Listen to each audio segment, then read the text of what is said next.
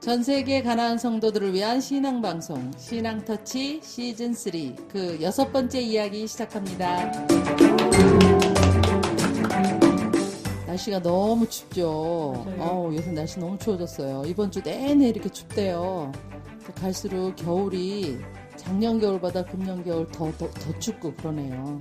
청취자 여러분들도 감기 안 걸리셨는지 모르겠어요. 오늘 우리가 시상식을 갖고 아주 재미있는 시간을 일부에 가져보려고 하는데 우선 댓글 소개부터 댓글 많지는 않지만 그래도 댓글 소개부터 할까요? 부처님? 예, 댓글 소개해드릴게요. 댓글이 너무 적어서 저의 방송 분량이 적어지고 있어요.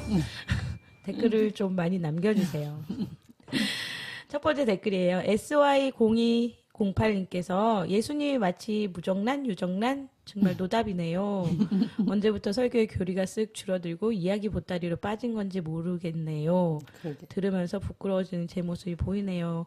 근데 자꾸 시니컬해지는 저는 어쩌나요? 이렇게 올리셨어요.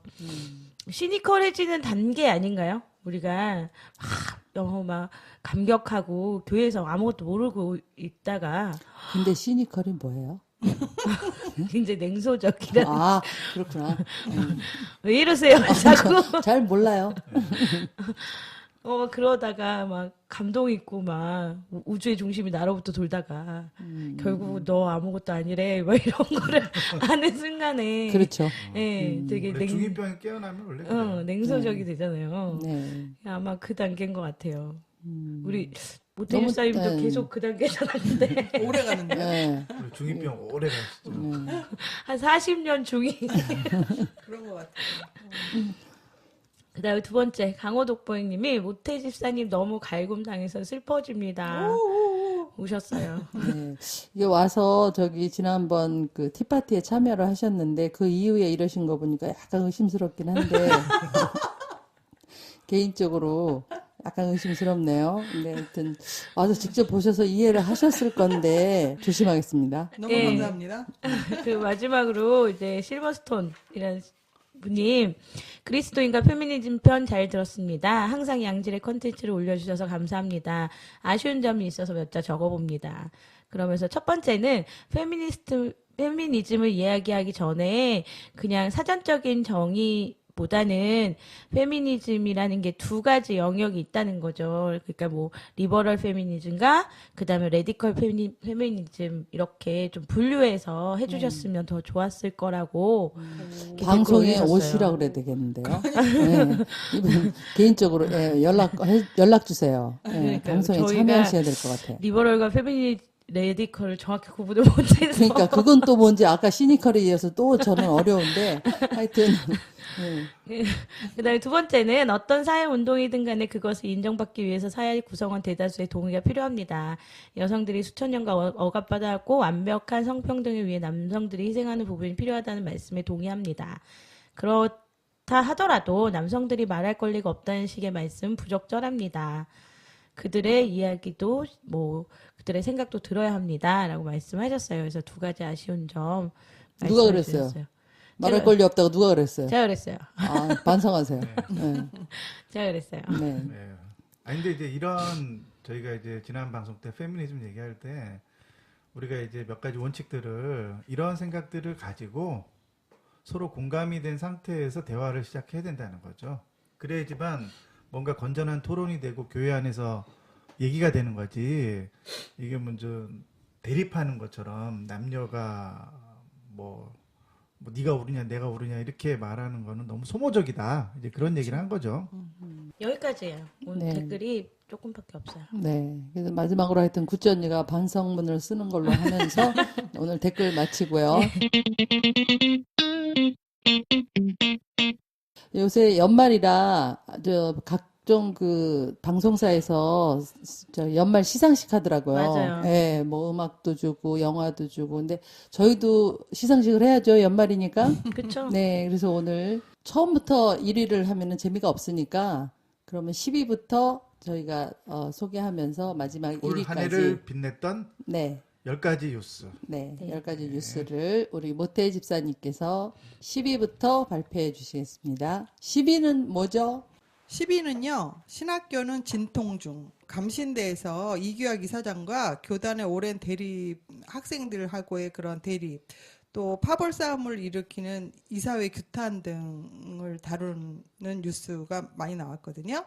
그래서 뭐 총신대 이사회와 교단 총회 갈등이라든지 또 한신대 학내 민주화 투쟁을 하면서 이사회 규탄하는 거, 신대원 원우 간의 협약으로 이렇게 극적으로 합의를 이끌어내긴 했는데 하여튼 신학교는 계속해서 지금 문제가 있다는 거죠. 그러니까 신학교 내에서 이제 그렇게 시위하고 막 하여튼 그런 문제들이 계속 그러니까 금년 내내 네, 신학교가 계속 시끄러웠다. 그렇죠. 그 얘기죠? 네. 네. 신학생들이 말을 안 들어먹는 거죠. 그런 그렇죠. 건가요? 이제 애들이 이제 순종하지, 그건 순종이란 말은 하나 좀 그렇지만 하여튼. 옛날 신학생들과 목사님들은 말을 잘 들었어요. 네, 요즘 그렇죠. 젊은 사람들은 말을 안 듣는 그쵸. 거죠. 예. 그렇게 세상이 좋아졌다니까. 원래 젊은 사람들은 말을 안 들어야 돼요. 우리 애들만 말 잘 들으면 되는 건가? 그러니까 우리 애들도 말 안 듣는 그러니까 거 싫은데. 교수님들이 화가 나시는 게 네. 옛날에는 안 그랬는데 요즘 애들은 말들을 안 들어먹는다고. 그러니까 옛날에는 지들이 젊었잖아. 아니 그러기도 하고 옛날 애들은 좀 왜 이걸 해야 돼? 왜 이래야 돼? 이런 게 좀 별로 없었던 것 같아요. 요즘 옛날 애들은 사람들은 근데 제가 생각하기에는 잘 몰랐어요. 그게 인터넷도 없고 주입식 그래서 교육의 병폐예요. 그렇죠. 네, 주입식 교육의 맹폐이기도 해서 잘 모르기 때문에 좀 아는 사람들만 모여가지고 데모하고 신학교도 네. 뭔가 그랬죠. 좀 아는 사람들만 하는데 그게 수가 적잖아요. 국회의원인가 누가 방송에서 그러더라고요. 그 5.18 사건도 이런 정보가 없으니까 그쵸? 처음에는 그 학교 갔을 때 애들이 그런 얘기할 때, 저 간첩인가? 왜 저런 거짓말을 하지? 야, 요새도 저런 얘기를 해? 이랬대요. 저도 중학생 때 처음 그 봤는데 서울역 같은 데서 저도 그게 이상한 거라고 그러니까, 생각했었어요. 예. 왜냐면 정보가 그때는 없으니까. 그걸 봐도 확인해 볼 수 있는 방법이 없잖아요. 그러니까. 근데 그쵸. 요즘에 신학생들은 정보나 이제 개인 비리도 킬 수 있고, 그렇죠. 그 다음에 안 되면은 서류도 띄워볼 수 있고, 그렇게 그쵸. 찾아보거든요. 갈수록 말을 더 안 듣게 생겼어요. 네. 예. 점점 더 똑똑해지니까. 그러니까 똑똑해지는 거죠. 그쵸. 점점. 아, 우리 네. 신학생들은 말을 듣지 말아야 돼요. 좀. 근데 뭐 원래는 근데 취직이 안 될 텐데 그러면 부교육자로 안 뽑아줄 텐데 큰일 났네. 그렇죠. 자기네들끼리 담합해서 개척해? 공동체 하나 만들어 그러면 그럼 됐지 뭐. 말이 안 네. 되는데. 그럼 9위는요? 네, 드러나는 교회 내의 여성 혐오 문화. 그래서 그러니까 기독교와 페미니즘을 서로 접목해서 시도를 하고 있다는 거죠. 지난번 우리 방송 때 다룬 내용 같은 그런 건가요? 그렇죠. 그래서 뭐 믿는 페미, 갓페미 등 여성 기독교인들 모임을 갖고요. 그 여성 비하하는 성차별적 설교 및 성폭력에 대해서 고발하고 그런 것들이 이제 많이 생겼다는 거예요. 그게 이제 9번째 뉴스. 네. 그런 일이 그러니까 네. 금년 내내 계속 많이 있었다. 많이 그 얘기죠? 근데 있었죠. 저는 단어를 좀 바꿔야 된다고 저는 생각하는데 여성 혐오라는 거는 사실 없는 거거든요. 여성을 없어요? 혐오하는 게 아니죠. 그러면 누구를 혐오하는 거죠? 약자들을 혐오하는 거죠. 아, 근본적으로 그 여성 혐오는 너무 표피적인 얘기 같고요. 또 근원적인 그렇죠. 문제는 이 사회의 약자들을 무시하고 그 약자들에 대한 일종의 공격인 거죠. 착취하는 구조. 뭐 그런 사회적 구조적인 문제에 가까운 거죠. 여성들이 약자이기 때문에 공격당하는 거예요, 사실은. 좀 그렇게 생각하거든요. 아니, 전 좀 다르게 봐요. 약자여서 약자 안에 여성이 있어서 공격당하는 게 아니고 여성이기 때문에 공격당하는 것도 있어요. 그래요? 어떤 거? 네. 어떤 거? 보통 그 여성이 약자이기 때문에 공격당하는 거 아니에요? 권력의 힘에서 밑에 있으면. 아니죠. 그러니까 지금은 보면 그러니까 지금 제 또래보다는 좀 아래 세대는 여성이 약자다라고 생각하진 않는단 말이에요. 그렇죠. 네. 맞아. 왜냐하면 이미 어느 정도의 그렇죠. 그 여건의 그러니까 신장? 성평등이 뭐 우리가 원하는 만큼은 아니지만 이루어졌기 때문에 그들은 그 여성을 약자라고 생각하지 않기 때문에 혐오로 가는 거예요. 그것도 예. 말이 되네. 예, 그렇기 때문에 조나단이 생각하듯이 여자가 약자여서 이거는 우리 윗세대. 맞아. 예, 이 얘기고 지금 얘네들을 약자라고 보진 않아요. 그렇기 때문에 혐오의 대상으로 보는 거예요. 근데 이제 이게 학교에서 일어나는 왕따의 문제도 사실은요, 아이들이 약하기 때문에 당하는 문제거든요. 어저께 뉴스에 봤는데, 그렇죠. 그 대안학교에서 네. 합숙하는 기숙사 학교에서 고등학생들이 있는 남자들 방에 7살 남자애가 같이 네. 한 방에서 이제 자는 거예요. 기숙사형 대안학교니까. 네. 근데 이제 걔에 대해 성추행이 일어났었다 그러더라고요. 7명이 돌아가면서 같이 껴안고 자고 뭐 이렇게 했다 그러더라고요. 성폭행은 아니고 네. 성추행이 일어난 거죠. 네. 그런데 나중에 이 문제가 됐을 때 그걸 선생님들한테 얘기하고 그랬을 때 애들이 뭐라 그랬냐면 그것을 처음 시작한 애가 7살짜리 걔라는 거예요. 걔가 먼저 고등학교 형들을 껴안고 막 그렇게 해서 이렇게 된 거다. 이렇게 얘기가 된 거예요. 그래서 그 아이만 방을 옮기게 되고 나중에는 그 학교를 그만두게 됐어요. 그래서 그 부모가 어떻게 상식적으로 7살짜리 애가 어떻게 그렇게 할 수 있겠냐는 거예요. 7명의 형들한테. 이게 말이 되겠냐는 거예요. 글쎄 말이에요. 그러니까 그거 좀- 이러한 이제 사회적인 문제, 그 다음에 왕따의 문제, 이런 문제들이 이게 남자와 남자끼리, 남자와 여자, 그 다음에 이게 모두가 보면 그 사람이 약자이기 때문에 그냥 그렇게 행동하는 거예요. 이게 여성 혐오라는 거는 그렇게 말을 부르지만 실제로는 존재하지 않는다고 저는 생각을 하는 게 여성을 혐오한다. 남자들이 여성을 혐오하는 게 아니라 약자들에 대한 일방적인 폭력인 거죠. 그래서 그 학교에서 일어나는 그 왕따도 그 아이가 여성이냐 남성이냐 아니면 그가 장애인이냐 장애우냐 아니냐 이런 문제가 아니라 그냥 걔가 약하기 때문이에요. 약자이기 때문에 강한 애들이 그냥 약자를 공격하는 거죠. 그런 일관성 있게 이제 사회적인 문제들을 봐야 된다는 거예요. 그래서 노사 문제나 이게 사회의 어떤 문제들, 그 다음에 이런 문제들이 다 같은 문제라는 거죠. 그러니까 이것만 딱 띄워가지고 여성 혐오가 있다 이렇게 말하는 것보다는 그것이 하나의 통합된 어떤 사회의 전반적인 문제인데 그것이 하나의 문제로 귀결되는데 그게 뭐냐면 약자들에 대한 힘 있는 사람들이 문제라는 거죠. 만약에 그 7살짜리 애가요 마동석처럼 힘이 셌으면 그 누구도 그렇게 못해요.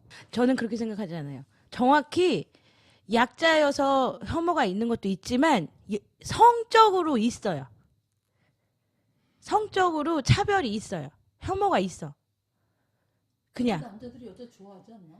아니, 그러니까 그런 게 아니고요. 여기서 혐오라는 건 싫어한다 이런 게 아니고, 그러니까 교회 내에서 어떤 문제가 있잖아요. 어떤 문제가 있으면 그 최근에 온땡땡 교회에서 뭐 아웃리치 갔다가 뭐 무슨 문제가 있었나 봐요. 그 뭐 심각한 건 아니고 그냥 젊은 남녀가 아웃리치에 가서 연애한 거야.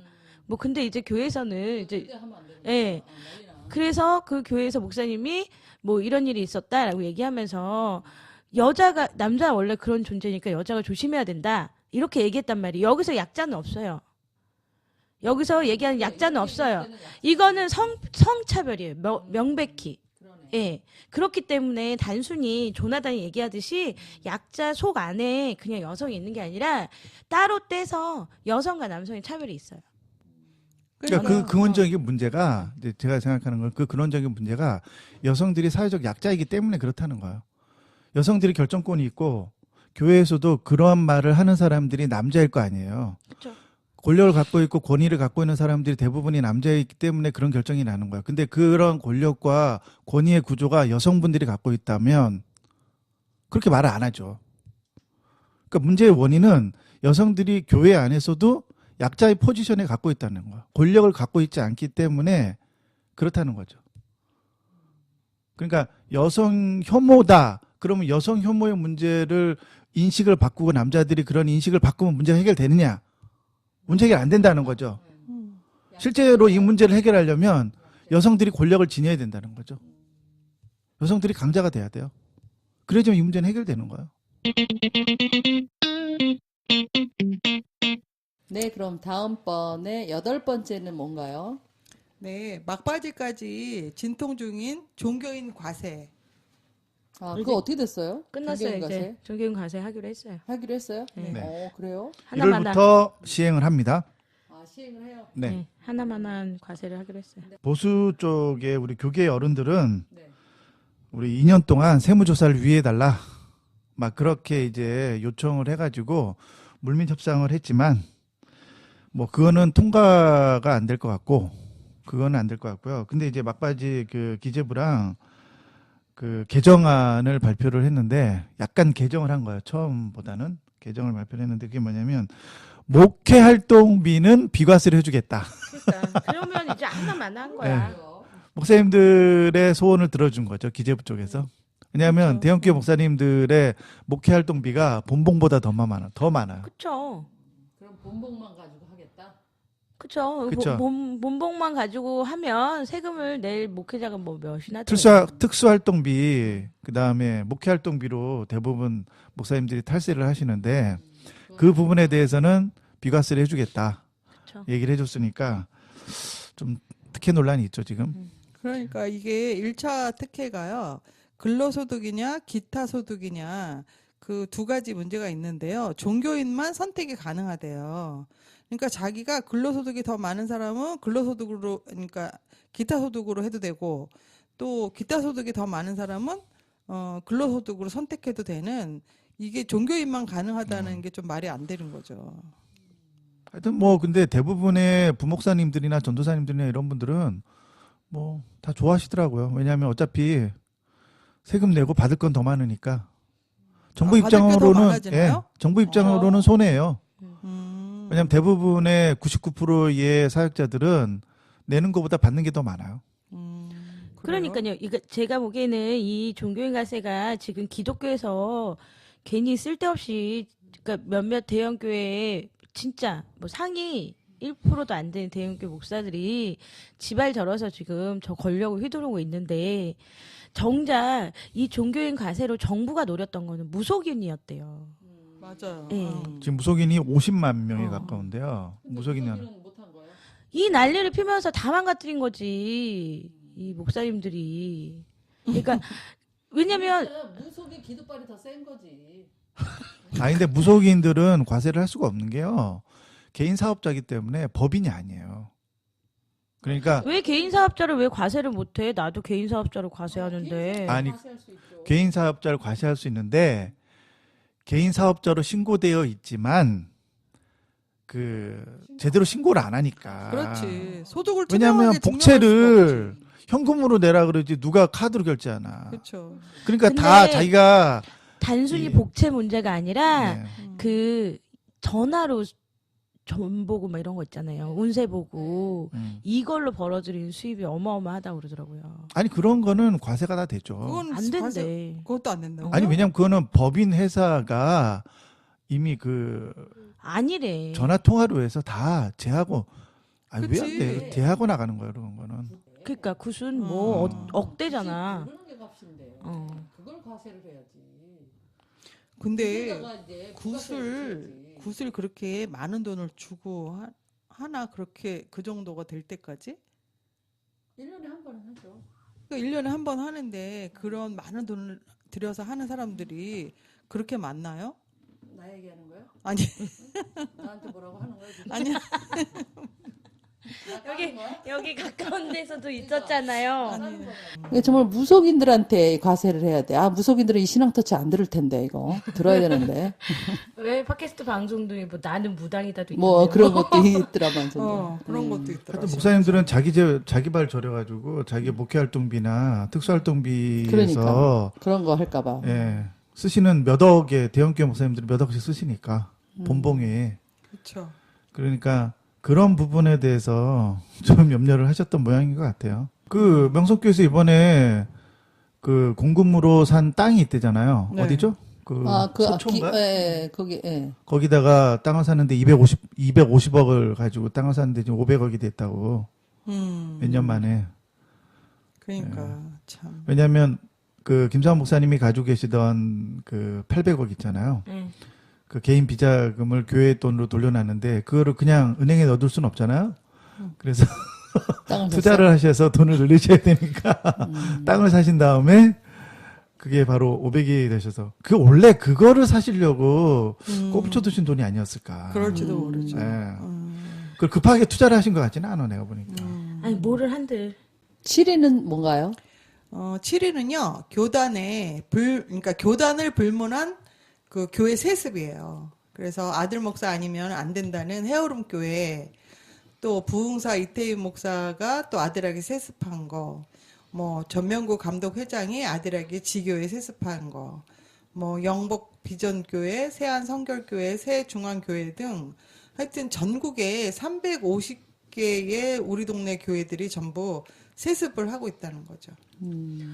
근데 저는 짜증나는 게 이거 왜 세습을 아니 내 교회든 아니든 간에 이걸 어떻게 왜 용납을 하는지 모르겠어요. 이게 단순한 논리로 내 돈이 조금이라도 들어가서 뭔가를 잃었으면 우리가 거기에 대해서 권리를 행사하잖아요. 그렇죠. 예. 그렇죠. 근데 교회는 진짜 순수하게 교인들의 헌금으로 그게 만들어지는 거잖아요. 어떻게 네. 보면. 네. 목사가 자기가 건물을 짓고 뭐 이런 게 아니잖아. 네. 그리고 그 모든 운영이나 유지나 이런 것들이 다 성도의 돈이잖아요. 헌금으로 유지가 되잖아요. 네. 근데 어떻게 세습을 그냥 냅두지? 아니지. 바로 그렇기 때문에 세습을 냅두는 거예요.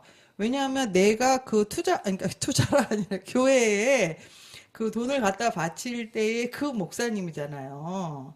그 목사님이 내가 마음에 들어서 그렇게 뭐 헌금도 하고 뭐도 하고 막 이러는 거잖아요. 목사가 마음에 들어서 헌금을 했다고요? 그러니까 네. 목사의 설교가 마음에 들어서 하는 거지. 그러면 뭐 때문에 해요? 그 목사한테 복을 받으려고 헌금하고 그 목사의 설교가 하나님의 말씀을 대언한다 이렇게 생각하기 때문에 그 교회에다가 그 헌신하는 거잖아요. 근데 그 목사님이 다른 사람이 오는 것보다는 그 목사님 아들이 그거를 이어받는 것 같은 느낌이 드는 거죠. 그러니까 그렇죠. 찬성할 수밖에 없지. 예, 사람은 누구나 변화에 대한 두려움이 있어요.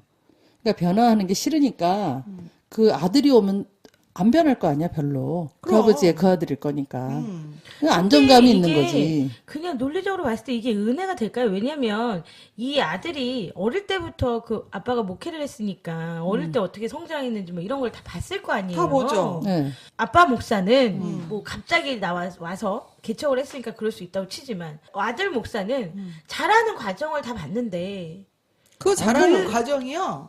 굉장히 훌륭하게 자라요. 그러니까 그죠. 이게 문제가요. 남들 볼때 훌륭하지. 간단한 문제가 아니라 보세요. 서울 시내에만 350교회가 지금 세습을 하고 있어요. 그렇죠. 대형 교회들이 그것도 대형 교회들만. 네. 그러니까 이 세오름 교회에서 이번에 세습하겠다 그러니까 당회에서 반대를 했다 그러더라고요. 네. 그러니까 뭐냐면 그거는 자신에 대한 불신임이다. 음. 이렇게 얘기를 했어요. 사당동 그 넘어가는 그 꼴딱고개 있잖아요. 그 꼭대기에 있는 그 해오름 교회 그 교회거든요. 방배 쪽에서 사당으로 넘어갈 때 그 꼭대기에 있는 교회 있잖아요. 네. 제일 높이 있는 교회. 그게 해오름 교회예요. 이 교인들의 전폭적인 지지가 없다면 담임 목사님도 사실은 세습하기가 쉽지 않죠. 그럼요. 그 대다수의 교인들이 그걸 원하는 거예요. 왜냐하면 그 대다수의 그 대형교회 다니고 있는 사람들은 일종의 사교 모임인 거죠. 그렇죠. 소망교회나 큰 대형교회 다니는 사람들이 이유가 뭐겠어요? 거기 왜 다니겠어요? 음. 인맥을 만들려고 그러는 거예요. 근데요, 나 이거 이런 질문 해도 되나? 내가 했다고 하지 말고, 응? 세습 왜 하면 안 돼? 왜 그래요? 어? 뭐, 다 그놈이 그놈이라 그러면 안 되지만, 뭐, 그냥 뭐 차이 있어요? 세습하면 어때? 왜 막, 안 되죠. 세습을 하면. 왜? 세습이 이렇게- 뭐가 문제냐면요. 이 사회가 부끄러움을 모른다는 거예요. 그렇죠. 나 부끄러움 모르나 봐. 나 그게 뭐가 그렇게 큰 문제인지 사실 잘 모르겠어. 이게 성경적이냐 아니냐 이걸 따져야 되는 게 아니에요. 세습이라는 거는요.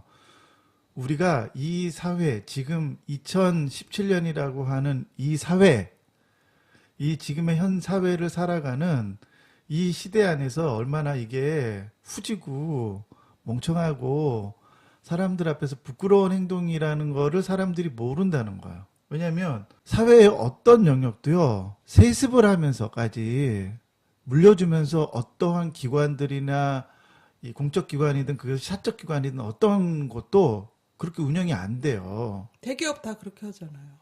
그러니까 욕을 먹잖아요. 처벌받잖아요. 네. 욕을 먹고 비난을 받는 거잖아요. 욕을 일본- 바가지로 먹잖아요. 일본 가게는 세스파에서 막 그 칭찬 일본 듣던데. 가게는 세습하는 가게가 대기업이 아니잖아요. 가업이잖아요. 가업. 그냥. 되게 우동집. 뭐 이런 거. 아니 그러니까 아니 그거가 우리는 이제 그런 게 미니멀리즘처럼 멋있다고 생각하는 거예요. 300년 동안 우동을 만들었어. 그게 멋있대. 멋있어요? 멋있다고 얘기하잖아요. 그러면은 사회가 발전을 안 한다고요. 300년 동안 우동만 만들면 그게 뭐가 되냐고요. 전통의 맛. 그래서 고수. 일본이 지금 무슨 전통의 미원 맛이다. 어떤 선으로 간다고 얘기하기 좀 그렇고 민주화로 가는 동력이 없는 거예요. 맞아요. 그렇긴 해. 네. 네. 이 사람들이 그 어떤 진보적인 성향을 가지고 있는 사람들도 그들의 시스템 자체가 대기업 다니다가도 아빠가 우동집 하다가 돌아가시면 그만두고 내려와서 우동집을 하단 말이에요. 아니 이게 지금 네. 아베 총리도 아빠가 정치인이잖아요. 그렇죠. 그래서 그러니까 하는데, 발전 안 하는 거예요. 사회가 그런 식으로 가면요. 사회가 발전을 안 한다고요. 그러니까 300년 전에 우동집, 라면집이 지금도 우리는 전통을 고수하면서 라면 만들고 있다고 그렇게 하니까 민주화라고 하는 민주주의라고 하는 시스템이 일본이라는 나라에서 발전을 안 하는 거라고요. 그러겠네요. 예.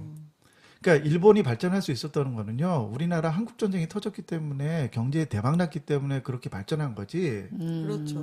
예. 그런 식으로 봐야 되는 거죠.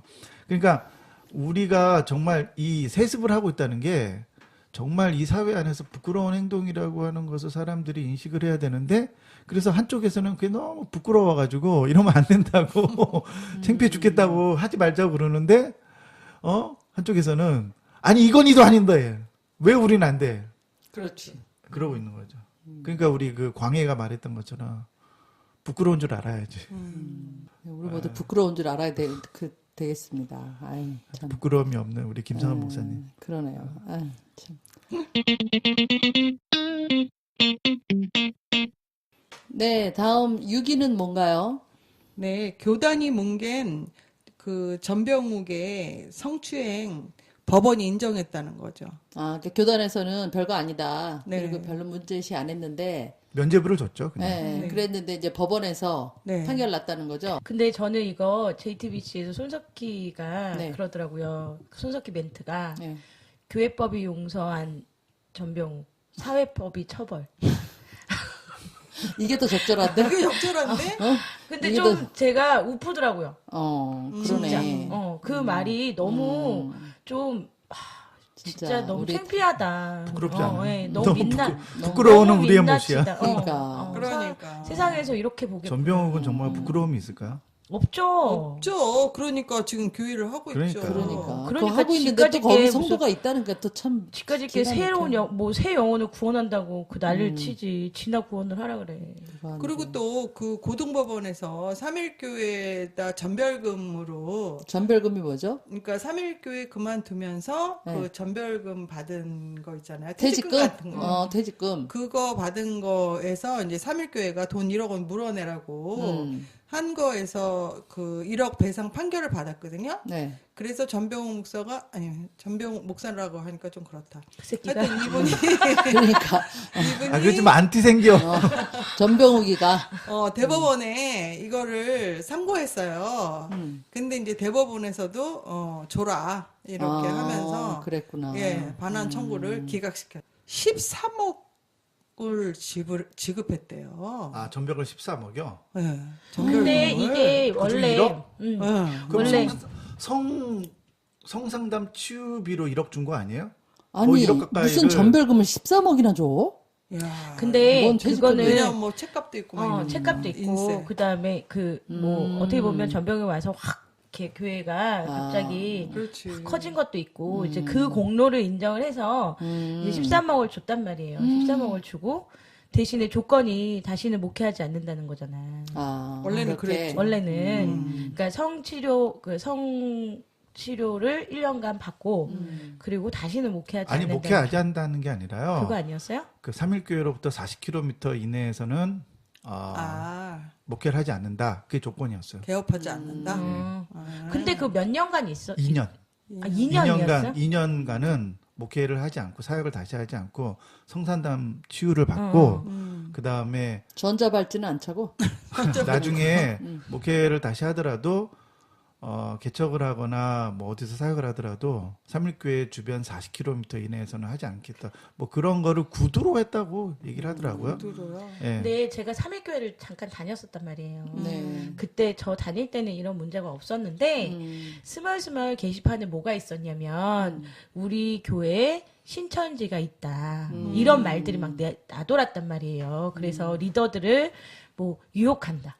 막 이런 게 막 이런 말이 돌았어요. 그래서 그때는 그냥 대수롭지 않게 들었는데 제가 생각하기에는 그러면 진짜 오랜 기간, 정말 오랜 기간 이게 지속됐던 거예요. 그렇죠. 네. 그거를 그 이제 신천지로 로마서 몰아내렸구나. 이번에 새로 개봉한 영화 있잖아요. 로마서 네. 3장 로마서 예, 있어요. 그게 로마서 8장 37절인가? 네, 그럴 뭐 거예요. 그럴 거예요. 네. 그 영화 이 제목이- 전병훈 목사님 얘기예요. 예, 그 얘기를 하는데. 이 사람 전병 얘기를 얘기하더라고.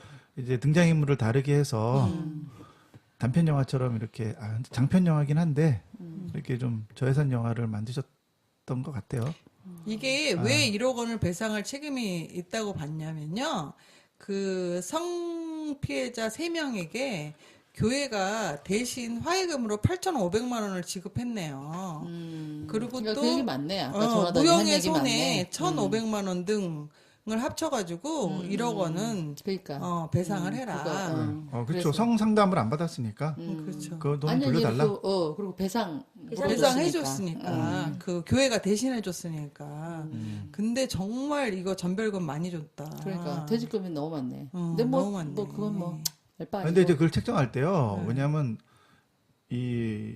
이분이 저기 삼일교회에 한 헌금이 있잖아요. 그렇죠. 그래서 다 기록돼 있어요. 뭐 제가 볼 때는 조은기 목사님 같은 경우도 뭐 몇백을 했다 그랬잖아. 아니 그래도 우리가 자기가 100억 넘게 했다고. 교회 나올 때 우리가 낸 헌금 안 돌려주잖아요. 우리 일반인한테는. 왜 목사만 그만둘 때 낸 헌금 돌려줘? 근데 원래 원칙적으로는 교회에다 돌려달라고 하면 돌려주게 돼 무슨 있어요? 문제가 있어서 그렇게 하면 원래 돌려주게 돼 있는 거야. 돌려주게 돼 있어요. 예, 그래. 원래. 네. 그렇구나. 그래서 그 이름을 써서 기록하게 되고 장부에 그렇죠. 그 사람이 얼마 헌금했는지 다 기록해 놓는 거예요. 아, 그러면 11조 막 이런 그런 거 거 네. 다 돌려받는 줘라 이러면 원래는 그쵸. 돌려줘야 된다는 거잖아. 굳이 돌려받아. 근데 안 돌려주죠. 근데 안 돌려주지. 왜 안 돌려주지? 저는 파문당해요. 지금 다니는 교회 11조를 내지 않기 상도덕으로는 때문에 안 돌려주지 그런 거를. 그렇죠. 네. 그러면 다음 5번째는요? 주요 교단의 총회 결의예요. 그래서 뭐 예장 통합에서 요가나 마술을 금지하는 거, 또 뭐 예장 합동에서 이혼 후 재혼은 가늠이다. 또 예장 통합, 예장 합동, 동성애자와 옹호자, 신학교 입학 불허, 또 감리회 여성 할당제 및 성폭력 예방법 반려, 뭐 이런 것들이 이번에 이제 5번째의 큰 나는 목사 한 뉴스인 수밖에 거죠. 글렀네. 그랬어요. 나 합동 측인데 큰일 났다. 그러니까 왜 합동 측에서 왜 뭐가 문제가 돼서? 동성애 옹호자, 아, 신학교 옹호자라서? 입학 불허. 나는 신대원 들어갈 수도 없어요. 그리고 요가 좋아하는 거 아니에요? 인도에서 요가 배운 거 아니야? 인도에서 요가 배웠을 거 아니야? 인도 요기 된 거 아니야? 요기? 아니 게다가 또 뭐 이혼 후 재혼은 가능? 이거 좀 너무 심하지 않아요? 말이 안 되는 것 같아. 그 성경에 그렇게 나와 있다 그러는 거잖아요. 그러니까 재혼한 사람들은 다 가늠한 거야? 그걸 찾아봐. 그렇지. 나와요. 아, 근데 그 바울은 그 얘기를 왜 했대요? 왜 했냐고요? 네. 그 자신의 맥락에서는 독신으로 살았잖아요, 자기가. 네. 그런 독신으로 사는데 여러분들도 독신으로 사십시오. 그게 좋습니다. 왜 그랬냐고. 독신주의자야? 바울은? 아니지. 임박한 종말론을 가지고 있었잖아요. 이때는. 그러니까 굳이 결혼해서 장가가서 자식들 놓고 사는 것보다 결혼을 안 했으면 그냥. 굳이 그렇게 살지 말고 주님 곧 오시는데 그냥 열심히 주를 섬기고 사십시오. 이렇게 말을 한 거고. 근데 이제 이혼을 하겠다고 하는 사람들이 있으면 좋다. 이혼은 해라. 가늠한 이외에는 이혼하지 말아라. 사사로운 이유로 이혼하지 말고 간음을 하게 되면은 그 이유로 가지고 이혼을 하는 거죠. 네. 이혼을 허락해 줬는데 이혼을 결정했으면 다시 결혼을 하지 말라는 거예요. 다른 사람하고. 계속 혼자 살라는 거예요. 그러니까 이제 문맥을 쭉 읽어보면은 바울이 이제 그 말을 했던 이유는 독신으로 사는 것이 편하다. 어차피 종말이 다가오니까. 오니까. 네, 임박한 종말론이 있으니까. 그러니까 이제 이거는 이제 바울의 신학적 한계인 거죠. 그리고 이제 그거는 바울뿐만 아니라 초대 1세기 때 많은 모든 교회의 사람들이 임박한 종말론을 가졌어요. 아니 그러니까 여기에 이제 댓글을 쓰신 분이 있는데요. 이 댓글이 너무 웃겨갖고 예장 합동은 이혼한 후에 재혼하면 간음이구나. 그럼 전병욱은 이혼 안 하고 성폭행했으니 간음이 아니구나 이렇게 썼어요. 그거 똑똑한데. 그러니까 간음이 아니네요. 똑똑하네. 다 성폭행만 하면 되겠네. 그러니까 말도 안 돼. 요가 마술 금지도 진짜 이게 그러니까. 말이 되냐고. 예. 근데 여성 할당제는 뭐예요? 그러니까 감리회의 여성 할당제가 뭐예요? 여자를 이렇게 뭐 여자한테 일정 자리에 저기를 목회를 주나 봐. 준다는 거예요? 예. 자리를 그 임직 자리 같은 거를 할당을 해서 주게 돼 그거 가지고 논란이 많나 보죠. 주냐 마냐 막 이러면서. 모르겠는데 이거 감리교라서 제가. 아니 왜냐면 국회에도 그 여성 할당제가 있잖아요. 네, 그거 그래서 같아요. 어떤 일정 숫자의 여성 예, 국회의원이 예, 있어야 그러니까. 되는 거잖아요. 예. 그러니까 그런 거 갖고 말이 그건데 그걸 반려했다는 거잖아요. 그렇죠. 안 된다고. 안 된다. 어. 그러니까 이제 그거 가지고 이제 서로 싸우고 이랬나 봐요. 보세요. 교단회의 가면 다 남자들만 앉아 있어요. 그럴 것 같아요. 그렇죠. 이 지경인데 우리 합동 측에는 여성 목사 자체가 없으니까 그다음에 여성분들이 아예 장로도 못 되잖아요. 그러니까 합동 총회에 가면은 다 남자들이에요. 그러니까 지들이 좋은 대로 하지. 그러니까 아주 이런 차별의 황당한 그러니까 교회 안에서의 차별은 바로 이런 데서 나오는 거야. 그렇죠. 거기에서 반을 여성으로 채워야 되는데 반려하잖아. 이제 이건 어떻게 해요? 이혼 후 재혼은 가능이다. 큰일 났네. 왜요? 이혼한 다음에 재혼한 목사님들 다 어떻게 하라고? 가늠한 거지. 회개해야지. 아니 그러면 이제 예장 합동은 저기 재혼 못 하는 거잖아요. 이혼을 못하는 거지 목사를 하려면. 아니 이혼은 된대. 이혼은 되는데 되잖아. 이혼 후. 재혼을 하지 말라 그런 거지. 근데 누가 혼자 이혼한 목사가 어디 가서 목회를 해요? 결론적으로 하긴 못해. 이혼하지 말라는 거지. 그러네. 아 부끄러워. 그냥 계속 불륜만 나는 하는 진짜 거야. 기독교를 떠나고 싶어요. 아 부끄러워서 진짜 내가 몸둘 말을 모르겠어. 그러니까 이 10대 뉴스가 다 너무 부끄러운 얘기만 있어. 그러니까 아유. 말이에요. 자 그럼 그보다 더 부끄러운 또 네 번째는 뭔가요? 네 번째는요.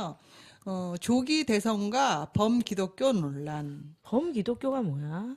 그러니까 범하면 기독교를 그러니까 기독교에 좀 능가하는 뭐 이런 거잖아요. 전체적인 통틀어 뭐 이런 거 아니에요? 통틀어서 뭐 이런 그러니까 거죠. 그런 뭐 그래갖고 예장 이제 이런 걸 떠나서 기독 기독교 자유당이 전체. 기독 자유당이 홍준표를 지지했고 그다음에 개신교 카톡방에서 홍준표로 난리가 났대요. 그리고 기독교 자유당이 1200만 교인을 대표한다고. 근데 그러면서 기독 자유당이 몇 명인데 나를 대표해? 아니 기독자유당이 그 빤스 목사님. 아니, 그러니까 걔네들이 알았어, 뭔데 알았어. 나를 대표해? 걔네들이 왜 우리를 대표해? 그러니까 자기네가 그렇게 자기네들이 아, 당을 자기네들 자기들끼리 마음대로 만든 마음대로 당이라고 하는 거지. 기독자유당이라고. 그러니까 이게 네 번째로 시끄럽지. 국회의원 한 명도 없는 기독자유당. 한 명 그래서 있었잖아. 이런 한 명 있었어. 한 명 있었나? 한 명 있었잖아. 그러니까 그 자기네가 기독당을 범기독교다. 만들면서 그 사람이 글로 가서. 근데 아. 기독당에서 대선을 치러서 뽑히진 않았어. 그 다음에 떨어졌어. 아. 근데 아 재선에서 떨어졌구나. 예. 글로 가서 한 명 있었잖아. 이 갈수록 너무 부끄러워서 3위랑 2위, 1위를 보고 싶지가 그러니까 않다. 근데 홍준표를 왜 지지해? 홍준표는 그러니까. 불교잖아. 홍준표가 불교예요? 불교예요. 얘 불교 신자야. 전도하려고 그랬나? 왜 그랬지? 나 진짜 오빠 욕날 뻔했어. 나 순간 방송인데 진짜. 서로 부끄러움을 모르는 사람끼리 잘 통하나 보죠. 그러니까. 아, 3위는 뭔가요? 네. 자 3위 자. 드디어 네, 드디어 두두두두두두두두. 자 이제 세 박근혜 번째로. 탄핵과 보수 개신교 집회. 아 진짜 부끄럽다. 이거 박근혜를 지키는 목사들. 그다음에 태극기 집회에 나타난 대형 십자가. 탄핵 반핵 집회로 전락한 3.1절 기도회. 정말 너무 부끄럽네요. 아니 그러니까 거기에 나 저기- 3위부터 이렇게 너무 부끄러운데 그러니까. 2위 기대된다. 아니 거기 십자가를 왜 들고 가냐고. 그러니까요. 십자군 전쟁도 아니고. 십자군 전쟁이라고 생각하고 간 거 아니야? 그런가 봐. 그런 거지. 십자군 전쟁도 아니, 부끄러운 건데 사실은. 3.1절도 왜 기도회를 해? 박근혜에 대한 공격은 우리 기독교에 대한 공격이다. 누가? 이렇게 인식하는 거죠. 아, 그렇게 인식을 그렇죠. 하는. 그래? 난 사단이네. 아니 그러니까 뭐 밤새서 기도회를 거기서 하지를 않나. 그다음에 그 태극기 집회에 웬 대형 십자가 왜 거기 십자가가 그러니까 왜 있는 십자가를 거야? 왜 그냥 도대체? 개나 소나 다 끌고 다니는 그네 누님께서 고난을 당하시는 그러니까 주님의 형상이 되는 거죠. 하긴 누군가 그랬잖아. 그 국회의원 중에 또라이 같은 애가 뭐라고? 그 박근혜를 예수님에 비유하고 막 그랬잖아. 아 그래 그래 그런 그 애 사람이 있었어. 누구였지? 아유, 잊어버렸어. 무고한 또라이들이 비난과 많으니까. 고난을 당하시는 맞아. 박근혜 어. 옹께서 예수님이랑 비슷하게 뭐 맞아요. 고난당하고 있다고 막 이러면서 그 요즘에도 막 조원진 조원진이가 조원진이야, 그랬다고? 조원진이 조원진이 그랬다고? 그랬잖아. 그게 조원진이가 아닌 것 같은데 그 그것도 변호사가 조원진이 아니야? 아니면 난리나. 변호사였지 않아? 그 박근혜 변호사였던 그 사람 아니었어? 아 그래? 난 국회의원으로 알고 있는데 아니야. 그래요? 하여튼 우리도 또라이 이렇게- 너무 많아서. 맞아. 또라이가 너무 많아서 기억도 못해. 더 부끄러운 2위는 도대체 2위는 뭔가요? 아, 또 이는 또 두두두두두두두. 네, 저 이름 날리는 사람 있죠. 네. 청소년 부흥사 문대식 성추행, 아, 수차례 반복된 성범죄, 아. 감리의 문대식 목사 면직, 검찰 징역 8년 구형. 징역 8년이에요. 정말 세게 나왔어요. 그러니까 근데 이거 구형이잖아. 그러니까 거기서 또 깎이지. 그쵸. 어찌됐든 구형이니까. 어찌됐든 아니, 지금 그래도 지금 성직자 성추행 저걸로는 진짜 세게 나온 거죠. 전병훈 무죄 받았었잖아. 처음에. 아니 이거는 성추행 아니에요. 성폭행인가? 성폭행? 성폭행이에요. 그러니까 추행 그러니까 근데 거기가- 정병욱도 얘기 들어보니까 말만 안 한 것 뿐이지 거의. 그러니까 그게 내가 그 저거 뭐야 성상담 때문에 그거 교육 들었잖아요 강의. 그게 아주 그 구별이 엄격해요. 그 자식이 엄청 똑똑한 놈. 그러니까 이 전병욱이가 다 계산하고 그랬을 거야 아마 이 차이를 알고.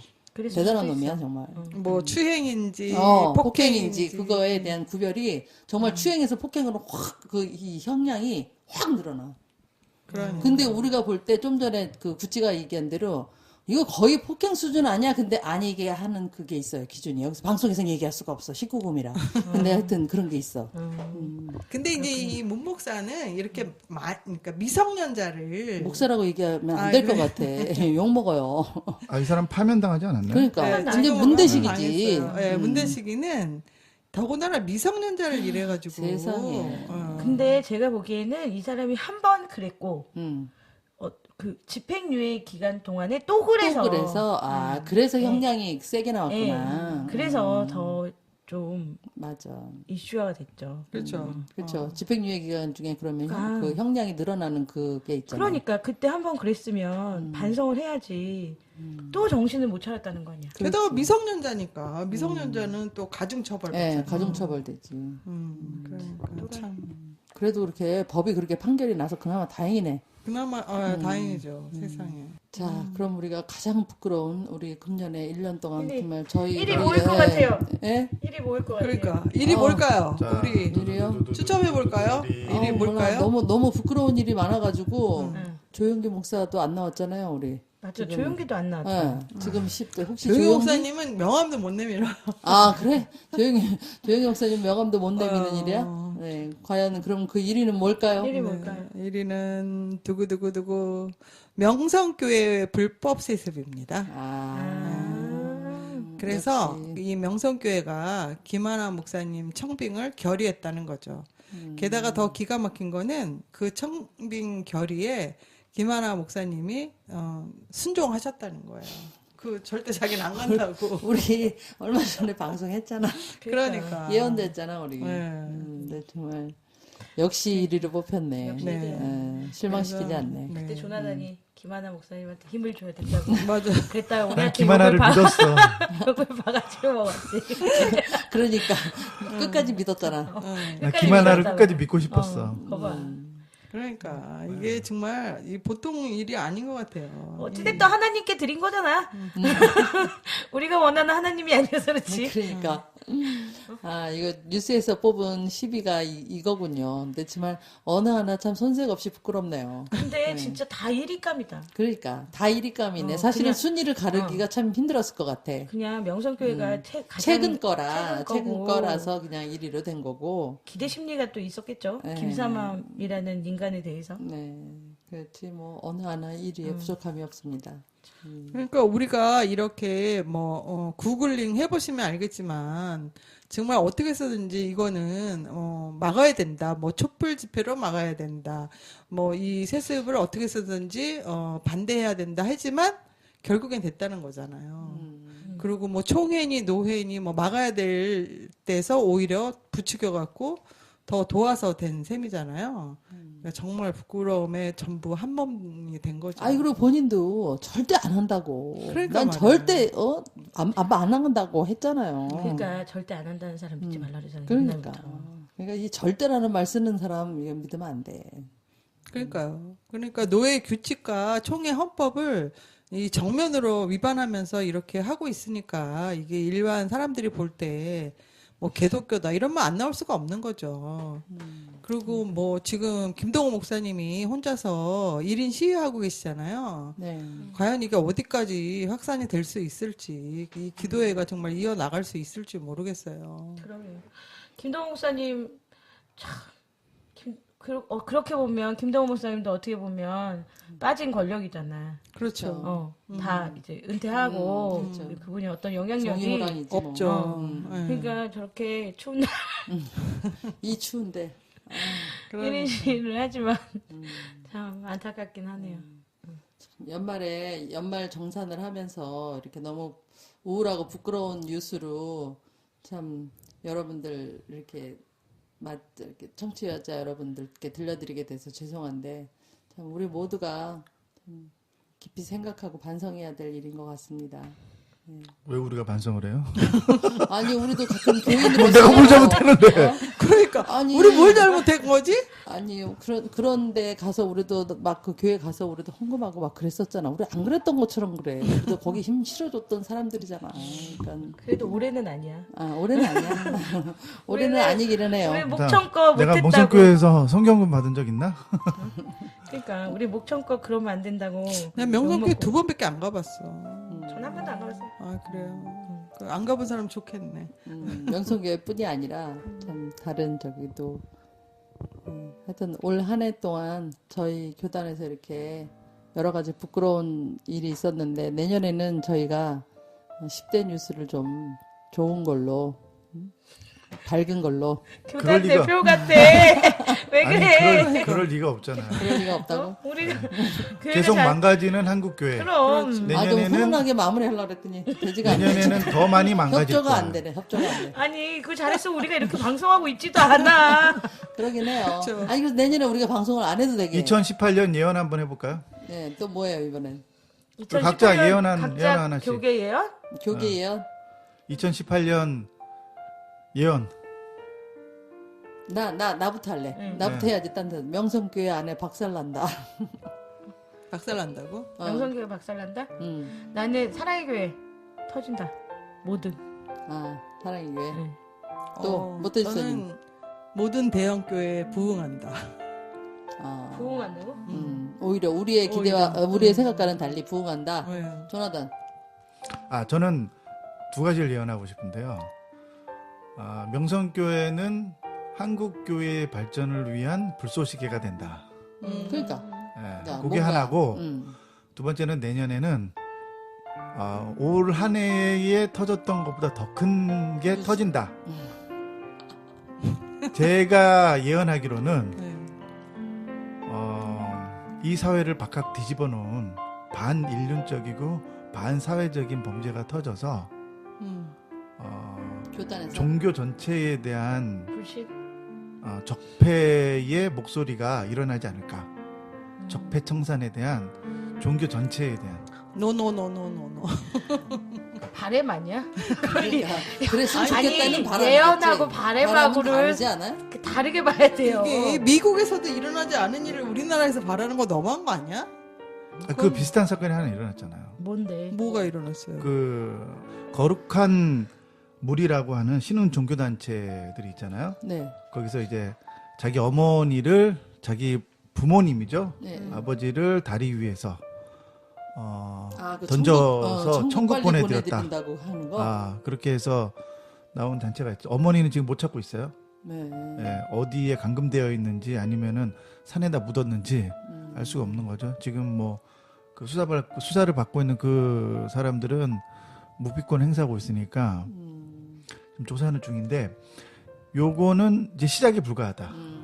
그런 대형 사건들이 계속 터져서 전반적으로 종교에 대한 한번 큰 적폐청산에 대한 우리나라의 요구가 있지 않을까 내년에는. 예. 그게 제가 자찬의 그 조심스럽게 예언해 봅니다. 자정의 네. 목소리가 나올 것이다. 네.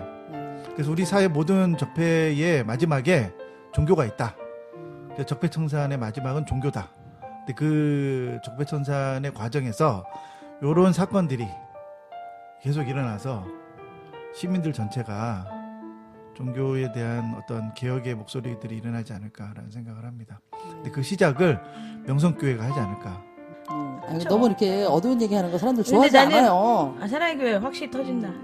그러니까 자 각자 예언 잊어버리지 말고 내년에 맞는지. 그러니까 12월 말에 우리 정산에서 네. 맞는 사람 그렇죠. 네. 상품 줘. 그러면 우리가 보내주는 건가요?